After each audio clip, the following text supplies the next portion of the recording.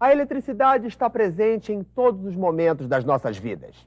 Em casa, nos escritórios, nas grandes indústrias. Está de tal forma incorporada ao cotidiano que muitas vezes esquecemos de tomar cuidados fundamentais com a segurança. Acidentes envolvendo instalações elétricas são bem mais numerosos do que se imagina. E as suas consequências podem ser muito sérias. O fio estava descascado. Quando eu coloquei a mão aí...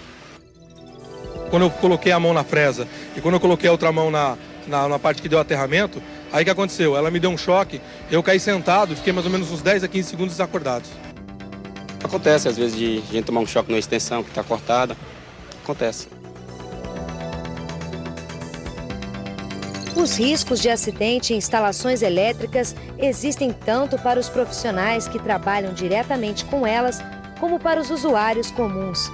Milhares de trabalhadores são expostos diariamente às instalações precárias ou improvisadas, as chamadas gambiarras, em seus ambientes de trabalho, que podem ocasionar choques elétricos, queimaduras, quedas ou ainda causar incêndios.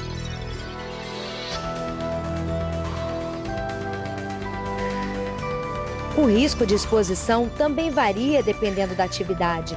Ele é menor em setores como comércio ou escritórios, aumenta nas indústrias em geral e é alto nas concessionárias de energia elétrica. Mas, sobretudo, se torna um perigo grave e iminente nas atividades que não adotam todas as medidas de proteção requeridas ou que apresentam falhas ou negligência nas condições de segurança das instalações elétricas.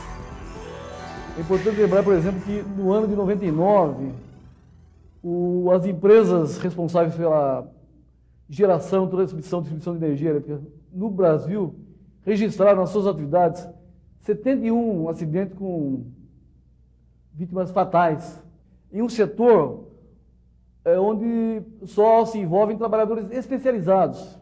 Então, essa questão da capacitação ela é muito mais grave nas outras atividades, onde essa noção do risco é muito menor. O exemplo de um marceneiro, o exemplo de um operador de uma máquina, o exemplo de um trabalhador de uma indústria galvânica, são exemplos muito fortes, em que ele corre riscos sabidamente fortes, riscos de acidentes elétricos, de choques que podem causar danos graves, e, no entanto, a noção que ele tem desse risco é muito distante, é muito pequena. A NR10 fixa as condições mínimas necessárias para garantir a segurança de quem trabalha em instalações elétricas em suas diversas etapas e também a segurança de usuários e terceiros. Vários artigos da NR10 dizem respeito à proteção contra o risco de contato direto, prevenindo os perigos de choques elétricos, queimaduras e quedas. A norma também trata dos graves riscos decorrentes dos incêndios e das explosões, sempre que sua origem é energia elétrica.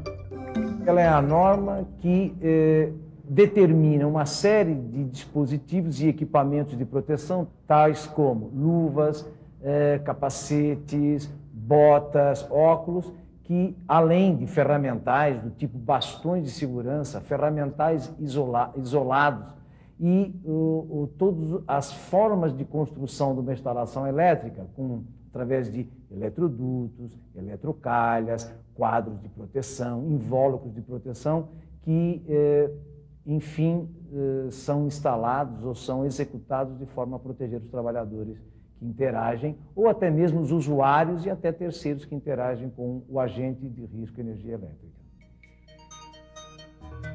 Os componentes das instalações elétricas também merecem diversos artigos da norma.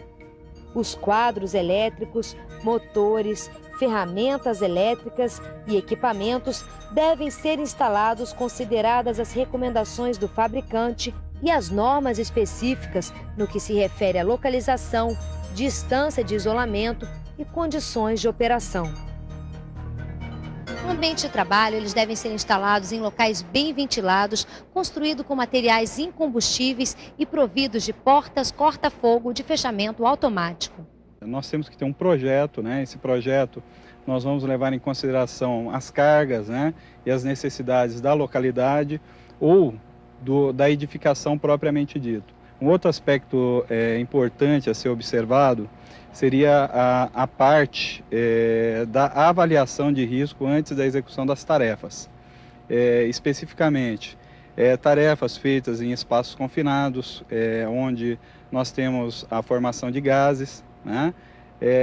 A utilização de bloqueios, né? Os bloqueios de proteção dos equipamentos antes do início da manutenção, e a checagem, né? Dos aspectos dielétricos do equipamento antes do início da manutenção. A NR10 é bem específica nos artigos em que trata dos equipamentos de utilização de energia elétrica.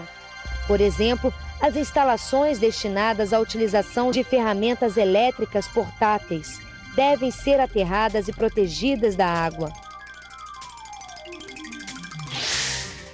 É proibida a ligação simultânea de mais de um aparelho à mesma tomada de corrente, com emprego de acessórios que aumentem o número de saídas, como os benjamins, por exemplo. Isso só pode ser feito se a instalação tiver sido projetada com essa finalidade. Todo motor elétrico deve possuir um dispositivo que o desligue automaticamente toda vez que, por um problema de funcionamento, ele represente risco iminente de acidente. Os equipamentos de iluminação devem estar adequados ao ambiente em que serão instalados e possuir proteção externa. As tomadas no piso devem possuir uma caixa protetora que impossibilite a entrada de água ou de objetos estranhos, estando ou não o pino inserido na tomada. A NR10 ainda estabelece a obrigatoriedade da proteção ao trabalhador, através de sistemas de proteção coletiva, como isolamento físico das áreas, sinalização, aterramento provisório e outros. Quando tais medidas não forem suficientes, ela indica o uso por parte do trabalhador de equipamentos de proteção individual, como varas de manobra, escadas, detectores de tensão, cintos de segurança, capacetes e luvas. Existe aí uma resistência tanto do trabalhador como muitas vezes também do empregador, em relação, no caso do trabalhador, ao uso dos equipamentos de proteção individual adequados, e no caso do empregador, até na própria capacitação dos trabalhadores. Porque acho que a melhor maneira de romper essa resistência dos trabalhadores é mediante um processo educativo, é mediante cursos, palestras, enfim, recursos que possam representar um processo de educação. O EPI e o EPC são muito importantes para o trabalhador? Sim. De forma geral, o correto seria nós eliminarmos, né, os riscos na base, junto já na execução do projeto.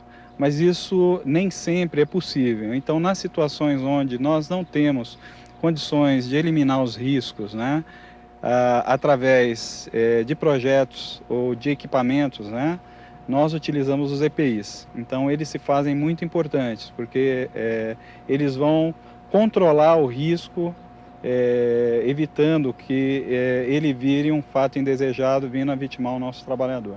O que você está utilizando de EPI?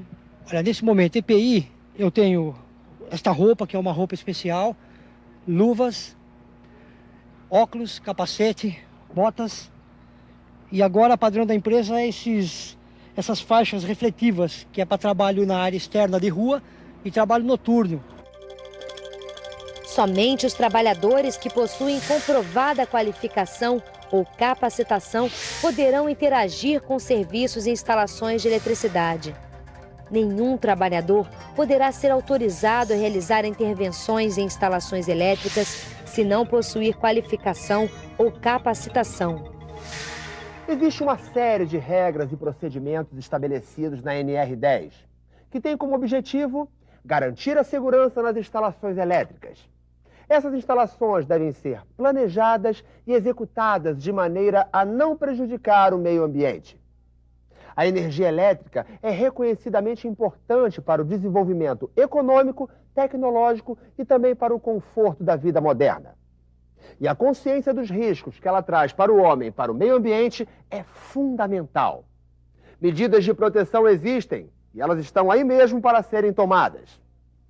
Aquele abraço.